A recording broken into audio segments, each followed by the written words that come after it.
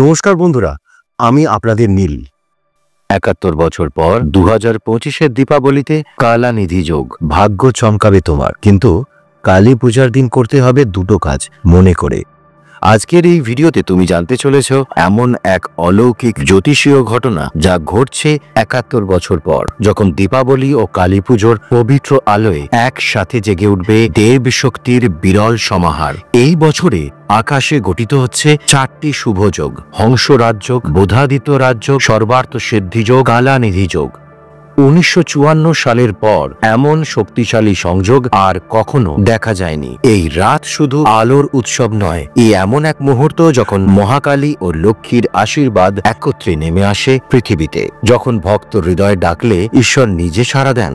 তুমি যদি বিশ্বাস রাখো, এই দীপাবলি তোমার জীবনের অন্ধকার থেকে আলোয় উত্তরণের সূচনা হতে পারে। তুমি যদি বিশ্বাস রাখো, এই দীপাবলি তোমার জীবনের অন্ধকার থেকে আলোয় উত্তরণের সূচনা হতে পারে। 20 অক্টোবর দীপাবলি ও কালী পুজোর দিনে যখন সূর্য, বুধ, মঙ্গল, বৃহস্পতি, চাঁদ একই সুরে গাইবে এক মহাজাগতিক সঙ্গীত, তখন ব্রহ্মাণ্ডে গঠিত হবে এমন এক শক্তির ক্ষেত্র যা সরাসরি প্রভাব ফেলবে মানুষের মনের উপর, ভাগ্যের উপর, জীবনের গতিপথের উপর। জ্যোতিষ মতে যখন সূর্য ও বুধ একত্রে থাকে, গঠিত হয় বুধাদিত্য রাজযোগ, যা মানুষকে দেয় জ্ঞান, স্পষ্ট চিন্তা ও আত্মবিশ্বাস। আর যখন বৃহস্পতি কর্কট রাশিতে অবস্থান করে, তখন সৃষ্টি হয় হংস রাজযোগ, যা আনে ঈশ্বরের কৃপা, আধ্যাত্মিক জাগরণ, আত্মবিকাশের সুযোগ। কিন্তু এই দীপাবলির আসল অলৌকিকতা লুকিয়ে আছে কালানিধি যোগে, যেখানে শুক্র ও চাঁদের সংযোগ তোমার জীবনে আনে সমৃদ্ধি, খ্যাতি ও শিল্পবোধের আশীর্বাদ। কালানিধি শব্দের অর্থ হল সময়ের গুপ্তরত্ন, যে সময়ের গুপ্তরত্ন ধরে রাখে, যে সৌন্দর্য ও সৃষ্টির শক্তিকে জাগায়। এই যোগ যখন সক্রিয় হয়, তখন যে মানুষের হৃদয়ে সামান্য বিশ্বাসটুকু আছে, তার ভিতরে একটা আলো জ্বলে ওঠে, অচিন আলো, যা জীবনের গতিপথ বদলে দিতে পারে। এবছর মা শারদার আশীর্বাদে এই কালানিধি যোগ তৈরি হচ্ছে, যেন মা নিজে তার সন্তানদের বলছেন, যদি তুমি তোমার হৃদয় খুলে আমায় ডাকো, আমি নিজে তোমার ভাগ্য বদলে দেব। এই বছরের শুভ প্রভাবে 5টি রাশির জাতকরা বিশেষ আশীর্বাদ পাবেন। তাদের ভাগ্যে সত্যিই চমক আসতে চলেছে। মেষ রাশি, তুমি অনেকদিন ধরে পরিশ্রম করছো, কিন্তু ফল পাচ্ছ না। এই দীপাবলির পর থেকে কাজের গতি বাড়বে, তোমার প্রচেষ্টার ফল আসবে একে একে। বুধাদিত্য রাজযোগ তোমার বুদ্ধিকে করবে তীক্ষ্ণ, আর আদিত্য মঙ্গল যোগ তোমায় সাহস দেবে। মিথুন রাশি, তোমার ঘরে আলো বাড়বে, শুধু প্রদীপের নয়, ভাগ্যের আলো। চাঁদ ও শুক্রের ইউতি তোমায় দেবে সম্পদ, সৃজনশীলতা আর পরিবারের সঙ্গে অমূল্য সময় কাটানোর সুযোগ। কর্কট রাশি, হংস রাজযোগ তোমার জীবনের মোড় ঘুরিয়ে দিতে পারে। বৃহস্পতি তোমার নিজের রাশিতে বসে আশীর্বাদ করছেন।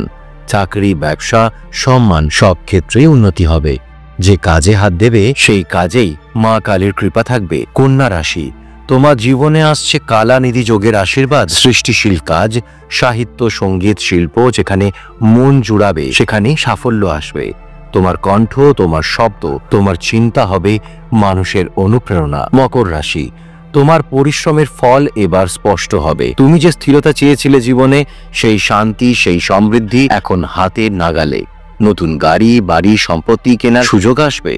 ধর্মীয় প্রবণতা বাড়বে, আত্মচিন্তা গভীর হবে। এখন প্রশ্ন, যদি এই সব শুভ যোগ তোমার জীবনে সক্রিয় হয়, তাহলে কিভাবে তুমি সেই শক্তিকে গ্রহণ করবে? কালী পুজোর রাতে শুধু প্রদীপ জ্বালালেই হবে না, মায়ের আশীর্বাদ আকর্ষণ করতে হলে করতে হবে 2টি কাজ।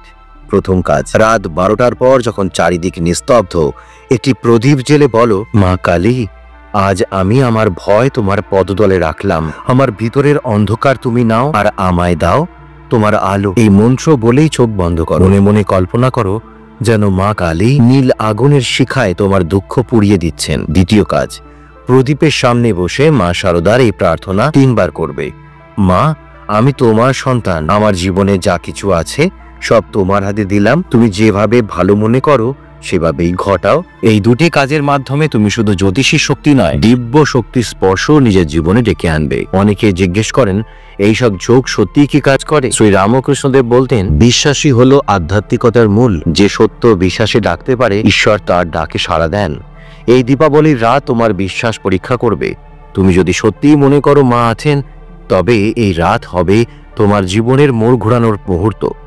জ্যোতিষশাস্ত্রের এই যোগগুলো কেবল গ্রহের সমন্বয় নয়, এগুলো আমাদের অন্তরের মানসিক শক্তির প্রতিফলন।